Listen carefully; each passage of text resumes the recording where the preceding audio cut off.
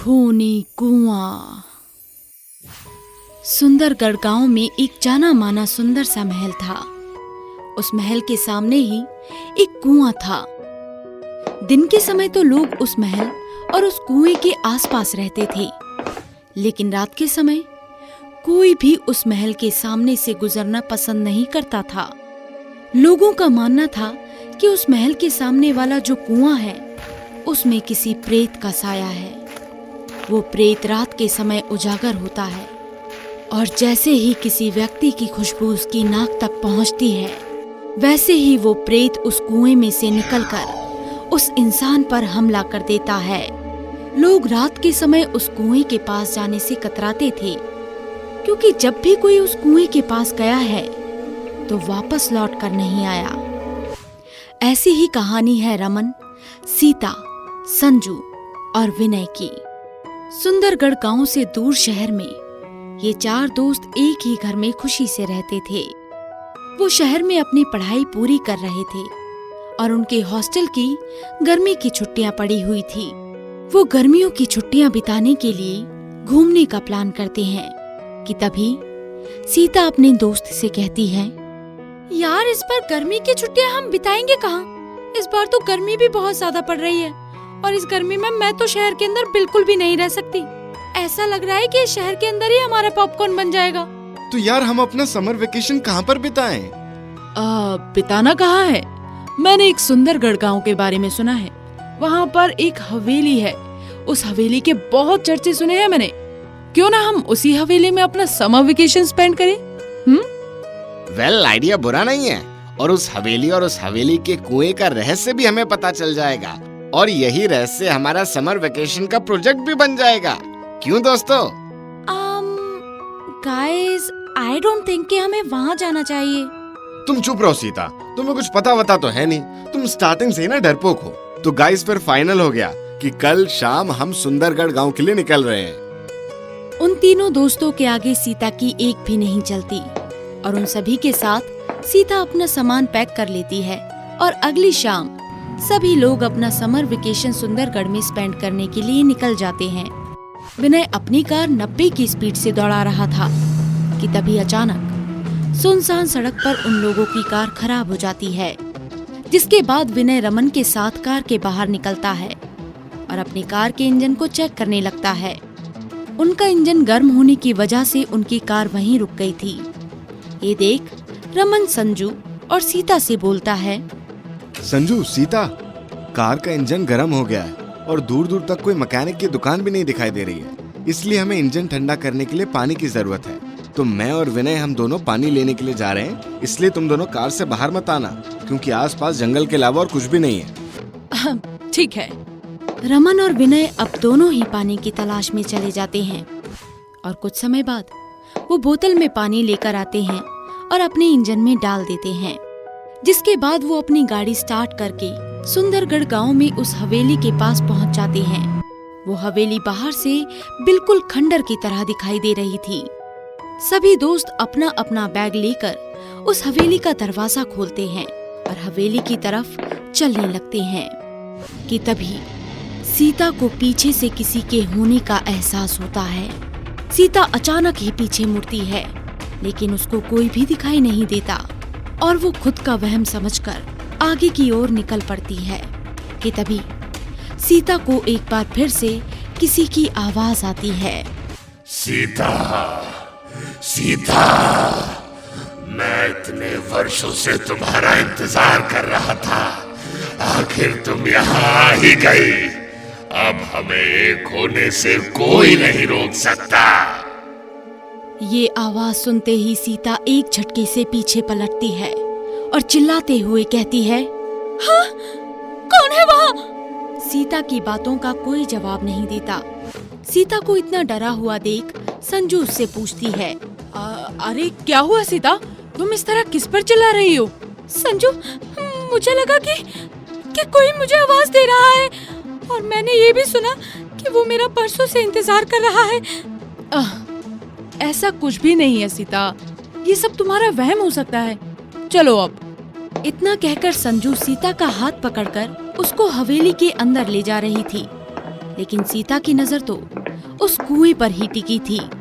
सीता की नजर उस कुएं से हट ही नहीं रही थी। और अब कुछ समय बाद सीता रमन के साथ अपने कमरे की खिड़की से उस कुएं को ही निहार रही थी। उसको इस तरह शांत देख रमन बोलता है, अरे सीता, क्या हुआ?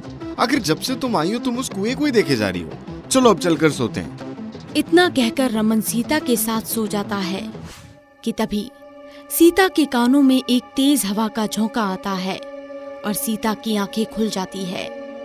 सीता मानो उस हवा से सम्मोहित हो चुकी थी और वो सम्मोहित होते हुए उस कुएं के पास आ जाती है कि तभी उस कुएं में से एक भयंकर प्रेत निकलता है और उससे बोलता है, लाजवंती, मैं तुम्हारा कई वर्षों से इंतजार कर रहा था। आखिर तुम यहाँ आ ही गई। हम पिछले जन्म में ना सही, लेकिन इस जन्म में जरूर एक हो जाएंगे।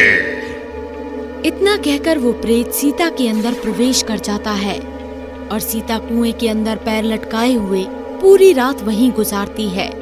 सुबह जब रमन की आंख खुलती है तो वो खुद के पास सीता को ना देखकर घबराते हुए बाहर की तरफ भागता है, जहां वो सीता को उस कुएं में पैर लटकाए हुए बैठा देख थोड़ा हैरान होता है और हैरानी के साथ सीता से बोलता है, सीता, तुम पूरी रात यहीं पर थी क्या?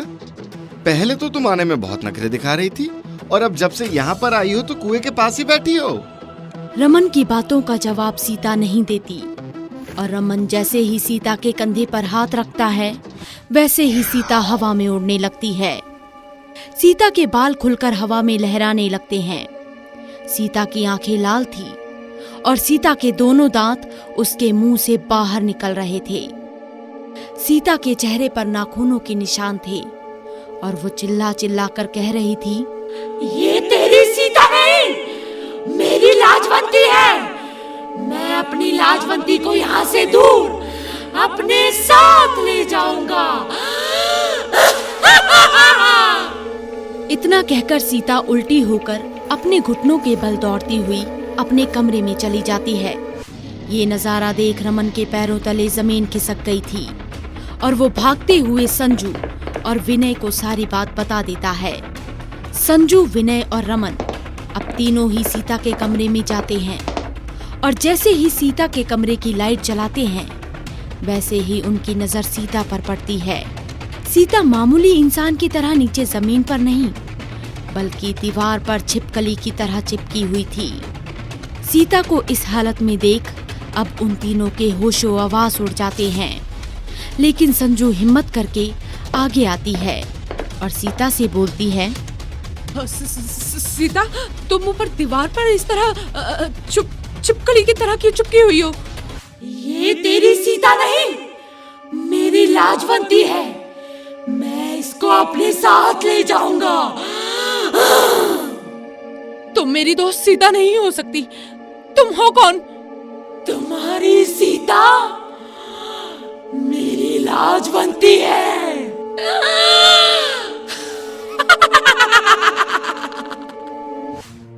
आज से कई वर्षों पहले की बात है।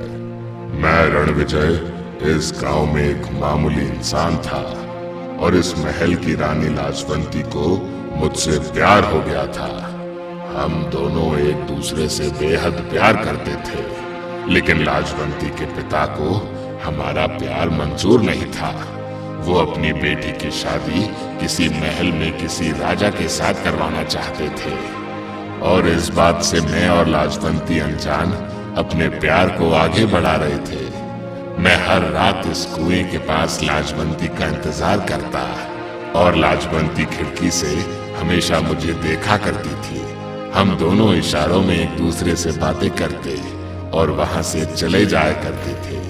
ऐसे ही एक दिन महल के एक दरबारी ने मुझे और लाजवंती को बात करते हुए देख लिया और जब ये बात लाजवंती के पिता को पता चली तब उन्होंने लाजवंती के सामने मेरे सिर को मेरे धड़ से अलग कर दिया और मेरी लाश इस कुएं में ही फेंक दी। लाजवंती से ये सदमा बर्दाश्त ना हो सका और उसने भी इस कुएं में ही अपनी जान दे दी कि तभी यहाँ के एक सिद्ध पंडित ने इस महल और इस कुएं की भविष्यवाणी कर दी। राजा, आपने दो प्रेमी को अलग किया है। आपकी बेटी लाजवंती का पुनर्जन्म तो हो जाएगा, लेकिन रणविजय की आत्मा इसी कुएं में रह जाएगी। वो इसका इंतजार करेगा, और जब आपकी लाजवंती इस जगह पर आएगी तब वो इसे अपने साथ अवश्य ले जाएगा। ये थी मेरी और लाजवंती की कहानी, और अब मेरी लाजवंती मेरे पास आई है। मैं इसको खुद से दूर नहीं कर सकता, तो मैं अपनी लाजवंती को ले जा रहा हूं। तुम लोग अपनी दोस्त सीता को कैसे बचाओगे? हाँ?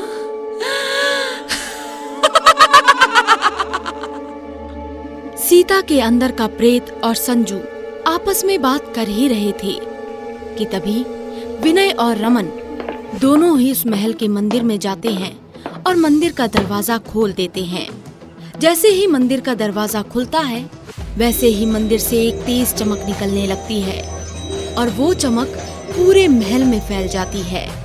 जिसके बाद वो प्रेत सीता का शरीर छोड़ देता है और सीता एक झटके से नीचे धरती पर गिर जाती है। जिसके बाद रमन मंदिर से माता रानी का त्रिशूल लाता है और दौड़ते हुए उस प्रेत की नाभि में घोंप देता है, और इस तरह वो प्रेत जलकर मर जाता है। जिसके बाद वो सभी लोग सीता को लेकर अपने शहर वापस आ जाते हैं और वो ये दिन कभी जिंदगी में नहीं भूल